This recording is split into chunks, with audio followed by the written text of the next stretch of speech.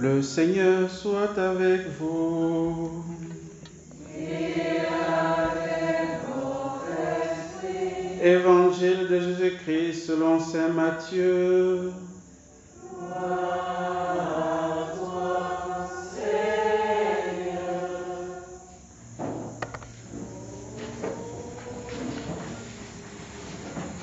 Jacob engendra Joseph, l'époux de Marie, de laquelle fut engendré Jésus, que l'on appelle Christ. Or, voici comment fut engendré Jésus-Christ. Marie, sa mère, avait été accordée en mariage à Joseph. Avant qu'ils aient habité ensemble, elle fut enceinte par l'action de l'Esprit Saint.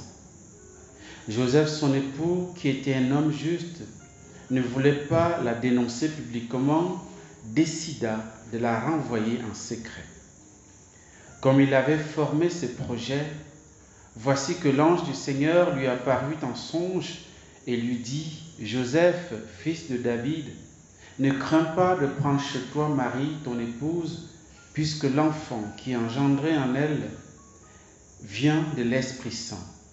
Elle enfantera un fils et tu lui donneras le nom de Jésus, c'est-à-dire le Seigneur sauve, car c'est lui qui sauvera son peuple de ses péchés. » Quand Joseph se réveilla, il fit ce que l'ange du Seigneur lui avait prescrit.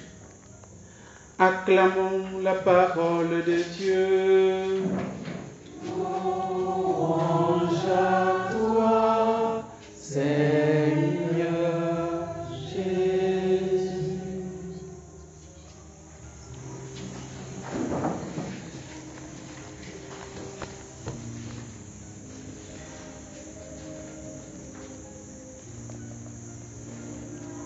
Alors, nous célébrons donc notre cher Saint Joseph, qui, j'ai remarqué, est un saint qui est beaucoup aimé des femmes. Bon, je ne sais pas pourquoi, je ne sais pas si c'est pour imiter la Vierge Marie, ou bien c'est... En fait, c'est ce que j'ai découvert. Moi, je ne sais pas pourquoi. Vraiment, c'est... Bon, vous savez peut-être pourquoi, mais bon. Vous me direz peut-être après si vous avez des renseignements à un moment donné par rapport à ça. Mais c'est ce que j'ai découvert en tout cas. Je trouve que vraiment... Et c'est pas mauvais. Je ne suis pas en train d'accuser quelqu'un. Mais c'est pas mauvais. C'est bien. C'est bien. Ça veut dire que vous avez compris que la Vierge Marie a fait le bon choix. Donc voilà, vous pouvez la suivre dans son choix. Dans son choix. Alors, nous avons à faire un épisode de la vie de Saint Joseph qui est assez difficile. C'est vrai qu'on est habitué un peu, peut-être à... Voilà, aujourd'hui on voit un peu des choses avec recul, mais lorsque on se situe dans le contexte où se trouve Saint Joseph, c'est quand même très difficile.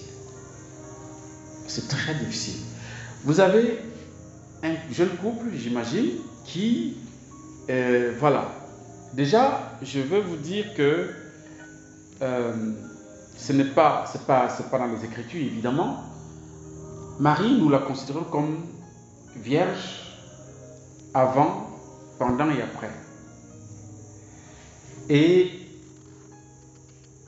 l'Église enseigne que lorsqu'on célèbre, qu'on appelle ça, la présentation de Marie, c'est le 21 novembre, ce n'est pas la présentation de Marie par ses parents, hein, c'est elle-même qui se présente. Hein, c'est une consécration en fait. Le thème c'est la consécration de Marie. Bon, on dit Marie se consacre à son âge conscient. Lorsqu'elle atteint l'âge conscient, elle s'est consacrée au Seigneur. Et pour la petite histoire, certains saints pensent qu'elle avait 3 ans lorsqu'elle s'est consacrée au Seigneur. Bon, on va peut-être trouver que c'est trop jeune, mais c'est pas. Lorsqu'on regarde nos enfants d'aujourd'hui, c'est qu'ils sortent de leur bouche à 3-4 ans. Même avant, on peut comprendre qu'avec la Vierge Marie qui est immaculée conception, elle devait avoir de longueurs d'avance par rapport à nous autres, ou bien à nos enfants d'aujourd'hui. Vous voyez? Donc, c'est possible. Et donc, Marie s'est consacrée au Seigneur. Et donc, ça veut dire que Marie avait décidé, en se livrant au Seigneur, qu'elle ne devrait pas connaître un homme. Mais comme à son époque, il n'y avait pas de communauté religieuse comme aujourd'hui, vous voyez, ça n'existait pas. Ça ne connaissait pas ça. Il n'y a pas un lieu où on dit, bon, les femmes qui ne veulent pas se marier viennent habiter ici. Et tout ça, ça n'existait pas. Donc, il fallait qu'elle vive avec les mœurs ou bien alors avec les coutumes de son temps. Et donc, elle va rencontrer Joseph, qui va lui demander un mariage. Joseph, lui, c'est un homme normal. Il n'est pas immaculé conception comme la vieille Marie. Donc, c'est un homme normal. Donc, il aspire fonder un foyer chrétien normal, un foyer normal, avoir les enfants et tout ça. Mais sauf que Marie va, lorsqu'elle va rencontrer Marie, la vieille Marie va dire, bon, c'est bien, mais sauf qu'il y a un problème. Cette femme va dire, mais c'est quoi le problème? Il m'a dit, mais le problème, c'est que je me suis consacré totalement à Dieu déjà. Donc, ça veut dire que si tu acceptes d'être mon époux, est-ce que tu es prêt à vivre, à respecter mon état de virginité totale pour respecter le don de ma vie au Seigneur? Est-ce que tu es prêt à ça? Bon, je ne sais pas combien de temps Joseph a mis à réfléchir à la question, peut-être avant de donner son oui, mais finalement il a donné son oui en tout cas. Dans tous les cas, il a donné son oui. Il y a plusieurs raisons à ça. Pour aller très vite, la raison biblique la plus claire par rapport à ça, c'est dans Luc 1, 34. C'est ça, oui, 34. Lorsque l'ange d'annonciation, on va lire ça dans une semaine, l'ange vient dire, Marie est déjà mariée. Bon, c'est vrai qu'on dit elle est fiancée, mais dans la tradition juive à l'époque, elle est déjà mariée. Mais pour avant de vivre avec l'époux, avec le mari, la tradition voulait que la femme pouvait encore faire entre 6 et 2 ans chez eux avant d'aller habiter avec son mari. Donc elle était mariée. Donc l'ange vient lui dire, tu concevras, tu enfanteras, tu concevras, tu auras un fils, un garçon, tu donnes le nom de Jésus et tout ça. Marie, au lieu de dire, d'accord, ok, j'ai compris, merci au Seigneur de m'avoir révélé le premier sexe de mon enfant, il m'a même révélé son nom à l'avance et tout ça. Non, elle ne dit pas ça. Elle dit, comment cela se fera-t-il puisque je ne connais pas d'homme? Mais on a envie de dire, mais est-ce qu'elle avait bu ce jour-là? Est-ce qu'elle a un problème? Tu as un homme dans ta vie, c'est Saint Joseph. En fait, Joseph, tu as ton mari. On vient te dire, tu concevras, tu enfanteras. C'est au futur. Tu concevras, tu enfanteras, et tu donneras. Mais quel est ton problème? Quand vous allez marier, vous n'allez pas avoir les affaires, vous n'allez pas avoir des relations, il est possible que vous ayez des enfants. C'est quoi le problème? Pourquoi tu dis, comment cela se fera-t-il puisque je ne connais pas d'homme? Ça veut dire qu'elle ne devait jamais connaître un homme. Joseph était d'accord de son oui à Dieu et elle sait que Dieu sait comment Dieu lui demande encore de porter un fils. C'est pourquoi elle pose la question, mais comment ça va se passer? Puisque Joseph est au courant de ma consécration, il est d'accord de m'accompagner là-dedans, de me protéger dans cette consécration. Mais comment vous me dites encore que je vais concevoir? Comment cela se fera-t-il? Puisqu'avec Joseph, je n'aurai aucun rapport sexuel. Et c'est là où l'ange lui dit, ne t'inquiète pas, ce n'est pas un homme, ce n'est pas Joseph, c'est le Saint-Esprit. Est-ce que vous comprenez un peu? C'est-à-dire que logiquement, Marie ne devait pas répondre comme ça. Elle devait dire, ok, il n'y a pas de souci, merci, waouh. C'est Dieu qui me révèle que mon enfant sera et tout ça. Non. Votre histoire, comment ça va se passer? Voilà. Donc ça révèle qu'il y avait quelque chose, voilà, qui avait été décidé entre elle et Joseph. Et déjà même avant Joseph, entre elle et Dieu. Et c'est pourquoi elle pose cette question-là. Et lorsqu'on lui dit non, ce n'est pas un homme, c'est un ange, elle dit ok, d'accord, j'ai compris. Je suis la servante du Seigneur, dans tous les cas, qui me soit fait selon ta parole. Vous comprenez? Donc, Joseph, voilà, il sait que, vous savez que quand on rencontre Marie dans sa vie, c'est compliqué. Hein? C'est pas simple. La Vierge Marie bouleverse la vie. Le pauvre Joseph, s'il aurait dû chercher l'autre femme, il allait croiser la route de la Vierge Marie. Et puis, il lui a dit, ah mon gars, comme tu vois là, bienvenue, mais ça va pas se passer comme pour les autres. Hein? Non, parce que comme tu vois là, j'ai donné ma vie au Seigneur, donc voilà, donc est-ce que tu... Donc Joseph le pauvre avait déjà mis une croix sur la possibilité, n'est-ce pas, d'avoir des enfants. Sur la paternité, il a mis une croix dessus. Elle dit que, ah bon d'accord, ok. Comme la Vierge Marie, c'est une miss quand même, c'est pas n'importe qui. La voir comme épouse quand même. Vous imaginez la Vierge Marie? Non, quand même, elle devait être canon sur le canon, il n'y en a pas deux sur la terre. Voilà. Donc, je vais dire, ok, au moins ça c'est une consolation de t'avoir quand même. Hein? Bon, mais comme cela ne suffisait pas, voilà que la Vierge Marie, quand elle a appris que sa cousine Elisabeth est enceinte de tout ça, machin, dans sa vieillesse, elle se met en route pour aller, n'est-ce pas, l'aider. Et quand elle revient 3 mois après, le ventre commence à sortir. Je me suis dit, mais c'est encore quelle histoire ça? C'est quoi encore ça? La femme se va m'amener où? Donc, Joseph est dépassé. Et ce samedi, il a formé le projet de la répudier secrètement. Or, comment Marie, sa mère, avait été accordée à mariage Joseph, avant qu'ils aient habité ensemble, elle fut enceinte par l'action du Saint-Esprit. Donc Joseph, son époux, voilà, qui était un homme juste, ne voulait pas la dénoncer publiquement. Vous savez que la justice, lorsqu'on parle de la Bible, quelqu'un de juste, c'est quelqu'un qui pratique la loi et qui respecte la loi. Mais comment Joseph, qui doit respecter la loi, est appelé juste alors qu'il n'a pas respecté la loi?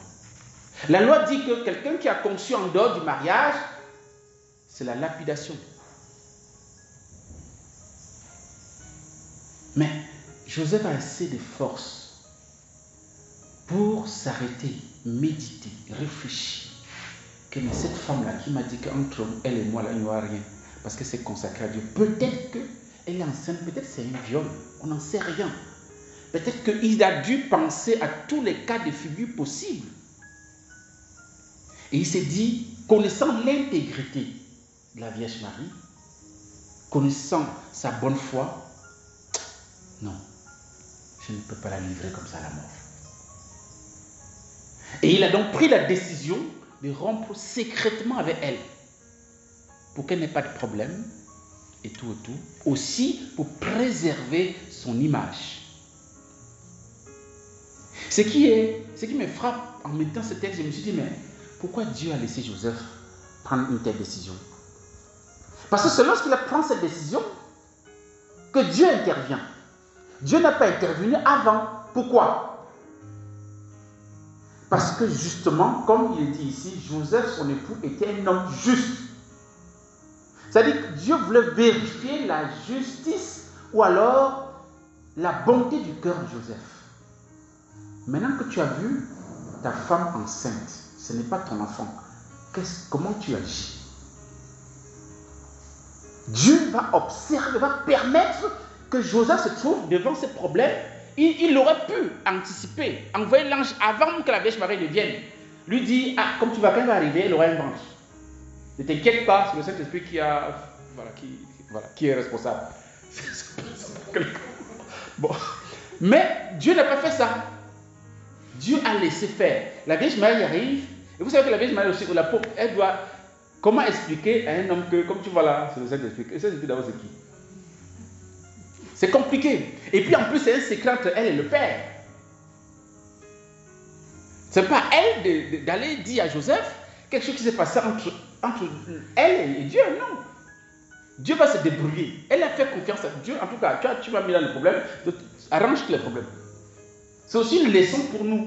Parce que nous, on prend les croix qui ne sont pas les nôtres. On prend les soucis qui ne sont pas les nôtres. Dieu a permis que quelque chose, n'est-ce pas, arrive, n'est-ce pas, dans ta vie. Mais laisse Dieu arranger. Il a permis que ça arrive. Même s'il n'a pas voulu, il a permis. S'il a permis, il a un plan B. Tu le laisses faire, tu te calmes. Mais nous, on descend, on parle ici, on tourne là. Est-ce qu'en faisant ça, on trouve la solution? Non.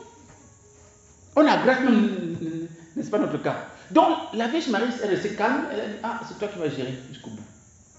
Et Dieu va regarder Joseph faire. Il va voir l'attitude de Joseph. Aussi pour vérifier si Joseph mérite vraiment d'être celui qui doit s'occuper de la mère de Dieu. Si vraiment il va confirmer le regard que Dieu avait sur lui, la confiance que Dieu avait sur lui. Et Joseph va réussir son examen, son épreuve. Joseph a réussi son épreuve déjà en refusant de dénoncer sa femme publiquement. Ça, c'est un. De deux, il va prendre une décision, je vais rompre avec elle discrètement. Ça, c'est deux. Et je ne veux pas le faire dans la précipitation. Je veux le faire au bon moment. D'où le fait qu'il dort. On dit souvent que la nuit porte conseil. Il va dormir. Et c'est dans cette nuit-là, dans son sommeil, que Dieu va le visiter. Que Dieu viendra lui dire, bravo mon gars, tu as réussi. Puisque tu as réussi, je te fais confiance. Je te fais doublement confiance. Non seulement tu seras l'époux de la Vierge Marie, puisque l'ange lui dit, ne crains pas de prendre chez toi Marie, ton épouse, pour lui dire, elle est ton épouse. Elle reste et demeure ton épouse, quoi qu'il arrive. Donc je confirme que tu es l'époux de Marie. Mais en plus, puisque l'enfant qui est engendré n'est bien de cet esprit, elle enfantera un fils et tu lui donneras le nom de Jésus. Tu lui donneras, ça veut dire que tu vas être père de cet enfant. Voilà la double grâce de Saint Joseph. Époux de Marie, père de Jésus.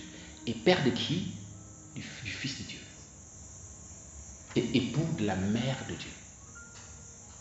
Pourquoi? Parce qu'il a su agir en sage et en juste. Il ne s'est pas précipité. Il ne s'est pas énervé. Parce que ça aurait été moi, je ne sais pas si j'allais tenir en place quoi. Non, ça, c'est pas possible. Ah non. En fait, je ne sais pas pour vous, mais pour moi, je suis sûr que ça devait gâter. Non, mais c'est pas possible. Toi, tu m'as d'abord dit qu'il n'y aurait rien entre nous. Mais maintenant, tu ne peux pas me ramener un ventre. Ah non, c'est pas possible. Ça devait chauffer même. Non, le gars s'est calmé. Il a pris son calme. Certainement, il a prié et tout. Il a médité, il a pris sa décision. Il a dit, ok, même pour exécuter, n'est-ce pas, la décision, j'attends le lendemain pour le faire. Et ça a permis au Seigneur, comme Dieu agit dans la douceur, dans le silence, dans la paix, non pas dans le bruit et le brouhaha, Dieu viendra dans son sommeil lui parler, lui dire, mon gars, tu seras époux, tu seras père, et pas de n'importe qui. Voilà la grandeur de Joseph. Et il nous enseigne par son attitude, une attitude qui sort de l'ordinaire. Il nous invite à ne jamais agir par l'émotion. Parce que nous aimons souvent prendre des décisions, soit quand on est trop énervé par quelqu'un, ou bien quand on est trop en joie. L'un comme l'autre, ne prenons aucune décision. Parce que l'émotion est telle que nous ne maîtrisons rien. On est porté par autre chose et non par la raison. Et donc on peut facilement prendre des décisions qui vont être fatales. Souvenez-vous d'Hérode. Hérode, sa belle-fille, a dansé très bien, tellement bien que le gars était sous l'émotion. Demande-moi tout ce que tu veux. Même la moitié de mon royaume. On a demandé la tête de Jean-Baptiste. Pendant la fête, on a mis la tête d'un homme dans la salle de fête.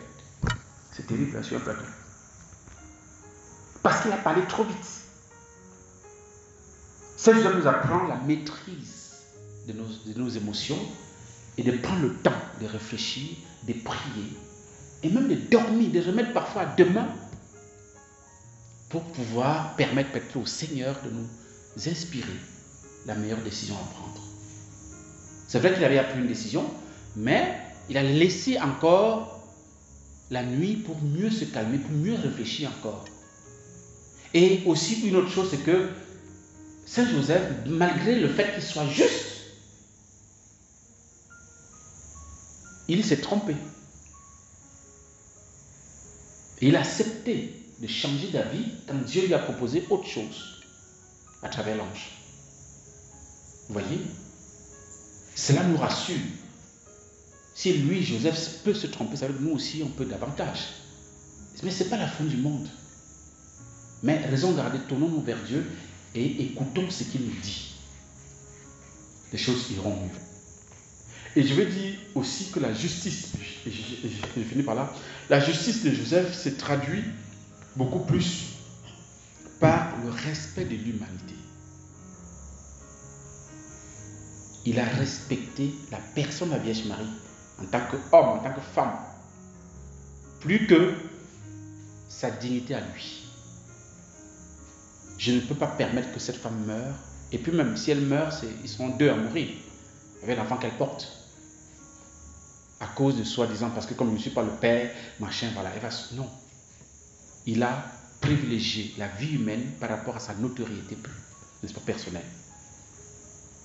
Rien ne doit, frères et sœurs, nous conduire à tuer une vie, soi-disant parce qu'il faut que je préserve ceci, je préserve cela. On voit des avortements aujourd'hui, c'est pour des raisons scolaires, pour des raisons, je ne sais pas quoi, financières, pour des raisons bidons comme ça, et on tue une vie. On n'a pas le droit de faire ça. Rien ne peut justifier le sacrifice d'un être humain. Rien, je dis bien rien, puisque l'être humain, c'est la créature de Dieu, c'est l'image et le ressemblance de Dieu. Nous ne devons pas privilégier notre petite dignité, notre petit, je ne sais pas quoi. On va dire quoi, les gens vont... Et puis quoi encore? Ça fait quoi? Voilà, Joseph nous enseigne tout ça aujourd'hui. Demandons-lui la grâce. Et je finis par là, demandons-lui la grâce pour que, voilà, nous puissions mettre la personne humaine comme il a su le faire avec la Vierge Marie en premier lieu. Et je disais qu'au début de la messe, il est le saint patron de la bonne mort aussi. Et pourquoi? Parce que il est celui qui a connu la meilleure des bonnes morts sur la terre. C'est la seule personne au monde, il n'y en aura pas deux, qui est mort entre Joseph, entre Jésus et Marie. Entre deux personnes sans péché. Entre l'un qui est fils de Dieu, vrai homme et vrai Dieu, et la mère de Dieu. C'est la seule. Et donc, il a un pouvoir, même par rapport à la délivrance des âmes purgatoires. C'est pourquoi, n'est-ce pas, j'ai formulé, vous allez voir dans le livre, dans un des chapelets, que s'appelle la Sainte Famille pour la délivrance des âmes purgatoires. Jésus, Marie, Joseph, je vous aime, délivrez les âmes purgatoires. Parce qu'il a eu ce bonheur de partir entre les mains de Jésus et de Marie. Il n'y a pas mieux. Et nous souhaiterons avoir la même grâce au soir de notre vie. Partir à côté, dans les bras de Jésus et de la Vierge Marie. C'est ça la grâce du monde mort. Mourir en présence de Dieu et de la Vierge Marie. Demandons cette grâce au cours de cette Eucharistie et au cours de cette nuit. Voilà, pour nous-mêmes et pour la délivrance des âmes purgatoires. Amen.